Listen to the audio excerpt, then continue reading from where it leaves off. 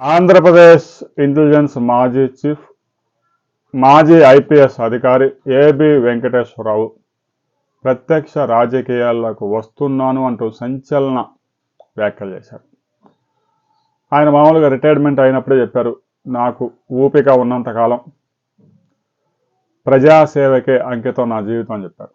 ఆయన రిటైర్ అయ్యారు, దాదాపుగా 1 సంవత్సరం దాకా అవుతా ఉంది. ఇక అప్పటి నుంచి కొంత గ్రౌండ్ వర్క్ చేస్తున్నారు. ఈలోగా కూటమి ప్రభుత్వం ఆయనకి ఏపీ హౌసింగ్ కార్పొరేషన్ చైర్మన్ పదవి ఇచ్చినా కూడా ఆయన చేపట్టలేదు. ముఖ్యమంత్రి చంద్రబాబు నాయుడిని కలిసిన దాఖలాలు కూడా లేవు.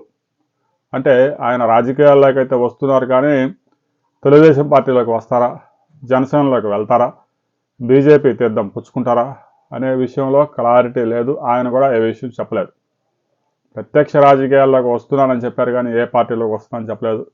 ఆయనే ప్రత్యేకంగా ఒక పార్టీ పెట్టుకునే అవకాశం కూడా కనిపిస్తూ ఉంది. ఇంకో విషయం కూడా స్పష్టంగా చెప్పాడు, నేను రాజకీయాల్లోకి అయితే వస్తున్నా కానీ నేను పదవులు ఆశించడం లేదు, పదవుల కోసం నేను రాజకీయాల్లోకి రావడం లేదనే విషయాన్ని స్పష్టంగా చెప్పాడు.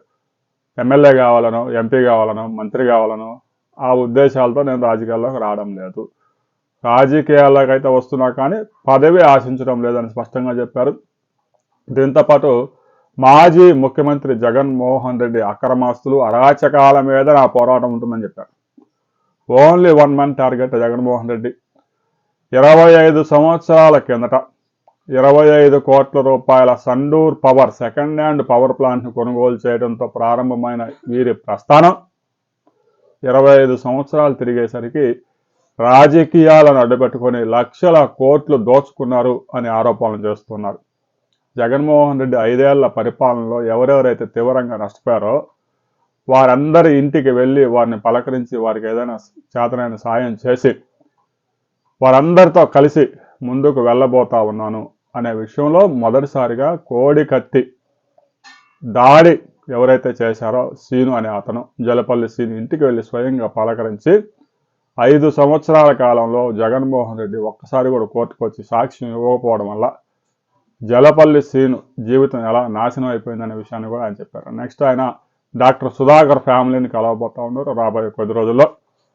ఏబి వెంకటేశ్వరరావు ప్రతి వారం చురుగ్గా ఉండబోతా ఉన్నారు. జగన్మోహన్ రెడ్డి బాధితులు ఎవరైతే ఉన్నారో గడిచిన 5 సంవత్సరాల్లో వాళ్ళందరినీ పరామర్శించి ఓదార్పు యాత్ర చేయబోతా ఉన్నారు. వైఎస్ రాజశేఖర రెడ్డి చనిపోయిన తర్వాత జగన్మోహన్ రెడ్డి ఎలాగైతే ఓదార్పు యాత్ర చేశారో జగన్మోహన్ రెడ్డి బాధితుల్ని పరామర్శించేందుకు ఏబి వెంకటేశ్వరరావు ఓదార్పు యాత్ర చేయబోతారు. ఏబి వెంకటేశ్వరరావు వెనుక ఏదైనా శక్తులు పనిచేస్తా ఉన్నాయా, ఆయనే స్వచ్ఛందంగా ముందుకు వచ్చాడా అనే విషయం తేలాలంటే మాత్రం కొంత సమయం పడుతుంది. దీని మీద మీ అభిప్రాయాలు కూడా తెలియజేయండి. వీడియోని లైక్ చేయండి, షేర్ చేయండి, సబ్స్క్రైబ్ చేసుకోండి.